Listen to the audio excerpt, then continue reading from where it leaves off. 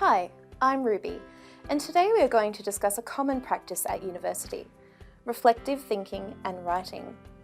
We'll look at what it means to both think and write reflectively at university, how you can transform your writing from descriptive to reflective, and how you can use the literature to help you understand your experience and what this might mean for your future practice.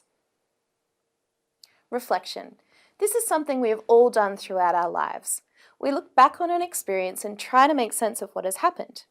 During this process, we may ask questions, critically evaluate what we've learnt or what we take for granted in an effort to become more self-aware. And when we think reflectively, we develop and expand our knowledge to improve our practices. This practice of reflecting is not just limited to your time at university. Incorporating reflective learning into your practice will ensure that you are continuously reviewing, revising, and readjusting your views as a result of your increased experiences as well as the latest developments in your field, to ultimately ensure that you're able to perform to the best of your ability. Writing reflectively at university is simply a more formalised, structured application of this process. So in preparation for this, let's work out why we've been asked to write reflectively in order to work out how we might approach this task. The purpose of reflective writing is to help you make connections between your previous knowledge and what you know now. A reflection on your learning journey and acquisition of additional knowledge generally comes as a result of an experience, such as a placement or exposure to a given scenario, for example, a case study. And while these are all forms of reflective writing, the structure of these will be dependent on the type of assignment and specific assignment instructions. For more information on the different types of writing structures, check out some of our other resources on Flow. Writing reflection gives you the opportunity to demonstrate not just what you've learned, but how the experience you have had has contributed to this learning, and how this might have an impact on your future practice. The reflection then contains three key components. Firstly, an explanation of the event or the experience, and this is where you describe key events, observations, or challenges that you have experienced. Secondly, clear links between what you've experienced, what you've learnt, and what the literature says about this. Links back to the literature often involve references to standards of practice or established guidelines. And lastly, a demonstration of your understanding of how this may inform your future practice. So, what are you going to do next time? At this point, it is also important to mention that reflective writing is not just limited to the traditional reflective essay you may do after a placement. Reflections can be written on any learning experience that you have. And these experiences may include watching a video, taking a class, or reading a given scenario, such as a case study. And these assignments may also include journals, learning plans, portfolios, or summative reports. You may see wording on your rubric or task outline that asks you to be reflective of your experience, to make clear links between theory and practice, or to demonstrate how this may impact your future practice. And these are all good signs that you've been asked to write reflectively. The steps to creating a reflective piece of writing follows the same steps as planning any assignment at university. Analysis of the task and a breakdown of the assignment question, followed by brainstorming the ideas and your current knowledge, then connecting these brainstormed ideas together, searching the literature, and scaffolding a plan for your writing. The paragraph structure is also consistent with what you already know. There are a few additional considerations, however, to make when brainstorming and planning your reflective writing. There are a few steps that you can take to make this process easier. Reflecting on your experience and then writing to these is as follows. First, select a meaningful learning experience you're going to reflect on. Analyse and evaluate this situation or the knowledge that you have acquired. And this means that you not only describe what has happened during your experience, but you begin to ask yourself why. Why did the event unfold the way that it did?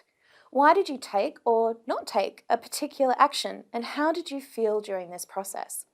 You can also reflect on how you feel about this now that there's been some time since the event has happened. You can then use this to begin to think about what you've learned from the experience. How have your views changed? What do you know now that would be helpful if you're in a similar situation in the future? reflect on and discuss the situation in the context of the theory using the literature or research findings. Identify what you have learned, making clear connections between the theory and your practice. And you will likely find that this leaves you with more questions than answers. And this is a good thing. The reflection process is often cyclic, meaning that it is a never-ending process that you will continue throughout your life. And this is ultimately how reflective writing differs from descriptive writing. Rather than simply describing events, reflection allows you to understand why. It allows you to analyse and evaluate your own experiences and feelings. So to simplify, reflective thinking involves considering the learning experience, identifying issues or strengths, relating this to the theory, identifying what you've learned, and deciding what action you'll take to address this in the future. Write with the goal to share what you have learned. Share the impact of the experience you've had and examine the learning capacity of the experience to transform your thinking. The connection between your experience or practice and the theory is important in a reflection, and the way you structure this matters. So there are a few different ways you can structure these connections. The first option is to begin with theory and link it to the experience or practice. In this example, we are wanting to link Mesereau's explanation of reflective learning to the experience or practice of helping students to become self-directed learners. In this case, the theory is explained first, and this is then linked to the experience or practice. You'll notice that these connections are made through the linking sentence. This sentence is used to connect the theory that has just been explained to the practice or experience being reflected on. The second structure involves explaining the experience or practice first, and then linking it to the theory. Here we've used the same experiences and observations, linking them to the same theory, but we've switched the order. You will notice that the linking sentence used is slightly different to ensure that there is a logical flow of ideas. In this case, we've already explained the experience to the reader, but we've yet to introduce the theory, and the linking sentence reflects this. How you decide to structure this is completely up to you. Theory then experience, or experience then theory. And this will depend on what is most logical in your story. The third reflective structure we will discuss involves creating a theory sandwich. In this case, there have been two theories identified to help explain the experience. Here, we begin with the theory, which is then linked to the experience through a clear linking sentence. The experience is then explained. So up until this point, the structure is the same as what we've looked at before. However, in this case, there's a second theory used to further understand the experience. There is a second linking sentence used to connect the experience to the second theory. And this sandwich method is particularly powerful if you have multiple but differing theories that you wish to explore in order to reflect upon a single experience. Now, you may be looking at this example and wondering, how could you know that there are two theories that can be used for this experience, and how might you begin to structure this kind of reflective writing? And the answer is planning. When brainstorming your reflection, you can begin by focusing on just one experience. When doing so, you may find that there are two theories or more that can help you understand this experience.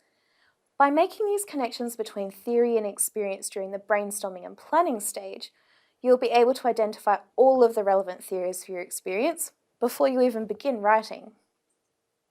If you find that you have just one theory to connect to one experience, then you may only require one linking sentence to make this connection.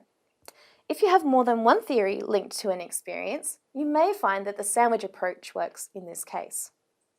While reflective writing is still a formal form of academic writing, it does differ from the traditional essay in a few key ways. Firstly, as this is a reflection of your own experience, it's often acceptable to use subjective and personal language, namely first person and personal pronouns, in places where you want to share your emotions, personal experiences, or opinions. In a reflection component of your writing, the language is also often less specific or definitive than a formal academic argument, meaning that the language used may include words such as perhaps or may. However, when analysing the situation or experience, drawing on research or theory, this section of your writing should be more formal and less personal. and of course with clear referencing. This brings us to the end of our reflective writing video. If you're looking for any additional resources on any of the topics that we've discussed today, check out the Student Learning Support Services Flow page. Thank you for watching.